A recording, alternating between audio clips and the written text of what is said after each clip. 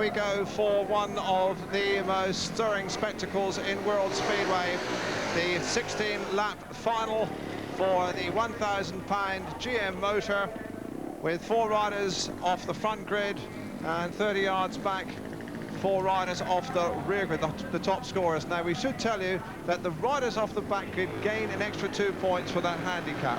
They carry their points forward, so it isn't necessarily the rider who wins this final, it's the rider with the most points.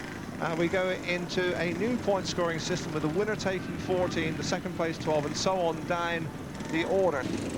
And we just keep our fingers crossed there isn't any trouble early on, because there's an awful lot of men and machines out there. We've got Tiger Louis up with me. John, welcome to our commentary position. What's going through their minds right now? It must be nerve-wracking down there. Well, obviously they'll be considering what sort of tactics to take at this moment, whether they're going to sort of hang back, keep the strength in their arms and back and shoulders, or whether they're going to just go straight out for an early lead and try to build up a commanding lead and hang on to it. Well, we've seen some drama. We have seen some upsets in this final. It is quite a sight. Let's look across the line.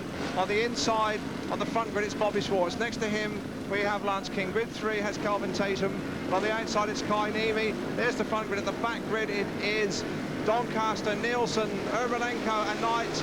And they're waiting to go. It's getting terribly tense down there. And Niemi is clearly hitting the tapes. And away they go this time. And who will show in front? It is the rider in white, and that's Kelvin Tatum. Tatum in front. And it's the Englishman who goes clear as they hit the bottom corner. Everybody's still outright and watching them come down this straight. And this is quite a spectacle. Tatum in front. Second place is King. Third place is Niemi. Fourth place is Schwarz of the front runners, and it is Niemi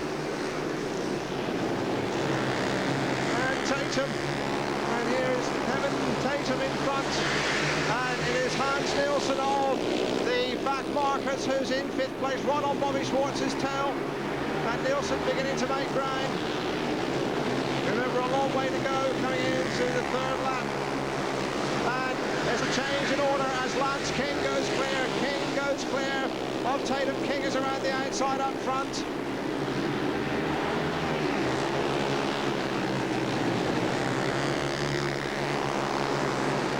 King, Tatum, 3rd place is Niemi. Nielsen's moved into 4th place menacingly. Bobby Schwarz is back there in 5th place, and we'll look for Hans Nielsen. Tiger Louis now. Nielsen is the rider from the back mark who is showing. He's making ground. He's looking menacing. He's just moving through into 3rd place here. Yes, David, just moved into 3rd place. He's now starting to make his move. You'll find that he took the first 4 or 5 laps to sort of let everybody settle in, let them get a little bit of weakness in their arms, and then he'll start slowly to pull that lead down and pull them back a bit more. And of course, sensibly, Hans Nielsen has just got to make sure that Jeremy Doncaster, who's way back there in 6th position, he's got to stay ahead of Jeremy. And Jeremy is struggling at the back of the field. And if it stays this way by our calculations, King would end on 20 points and Nielsen would be on 23. So Hans Nielsen, if he uses his head, but he can't possibly know what's going on behind him, and he can't really be too sure about who's in front. Also there, Dave, you'll just see that Jeremy has just passed another one, so he's moved up 1 more place. So Doncaster making a long, long way back. We're midway through this 16-lapper. 9 laps is the cut if they get around here. They will not restart the race from scratch. It is still King, it's still 2nd place Tatum, in 3rd place Nielsen. Then it's Bobby Schwarz. In blue and white it's Jeremy Doncaster. Niemi slipping right down the field, but Doncaster, who knows the local track, is beginning to make his move, though he's got a lot of ground to make up. Hans Nielsen is cruising in 3rd place. Doesn't seem Tiger to want to make any ground up on the hares up front. No, he realises that the 2 in front of him came up the front grid and their points are down, and he knows that if he can stay there and sit right where he is now, Jeremy's behind him and he'll have a win in his pocket. Plus some engine. Well, we look for Doncaster. Doncaster goes by us there. And he is at least half a lap behind King, and what about 30, 40, 50 lengths behind Hans Nielsen. And Nielsen is coasting. He's doing just enough. Ermolenko is beginning to threaten, but he's a long way back, and he's now moving up onto Doncaster. There was Nielsen going through the picture. There are the front runners. There is Nielsen.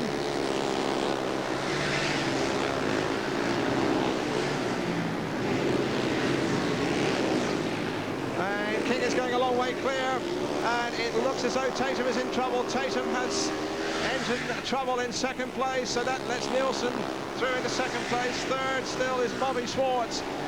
Then in green and white, it looks as though Ermolenko, it looked as though we've lost Doncaster somewhere.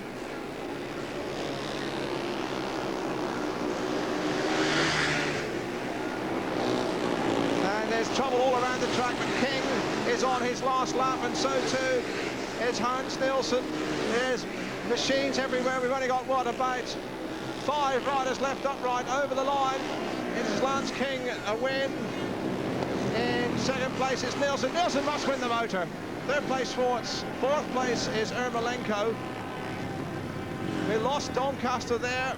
We have just got finishing Richard Knight and Tiger. Well, that really was a bit hectic to keep up with. A terrific race. It was a job to watch everything that was happening all the time. I think that Hans Nielsen paced himself very, very well indeed. He knew who had to be behind him, and he just did just that, and that was just enough to take the engine. Well, the master all night, Hans, and you won it. Well done. Many congratulations. Terrific ride. Thank you very much. I think, you know, the track went a bit slick later on, and it made it a little bit easier. I don't really feel all that tired. But I made a reasonably good start, and I passed a couple on the way, so that was it, really. And, what do you think made the difference this year? You started last year as joint favourite and didn't produce, did you? Well, I had trouble with the bike last year, and it just stopped before the final, so I couldn't really do anything about it. But before, in the previous years, I just haven't had the, I don't know, maybe the strength or the luck or whatever. But tonight, everything went right for me. I'm pleased about that. Yeah. Certainly made up for those previous disappointments. Well done, Hans. Thank you very much. And so where the final calculators put down the clear victor in the 1986 16-lapper, Hans Nielsen, with a total of 25 points. Thanks to that marvellous win in the final, Lance King finishes in second place on 20 points, and then we have 2 Americans jointly third, Bobby Schwarz and Sam Ermolenko on 19 points. So tonight, from Ipswich, it's the international start.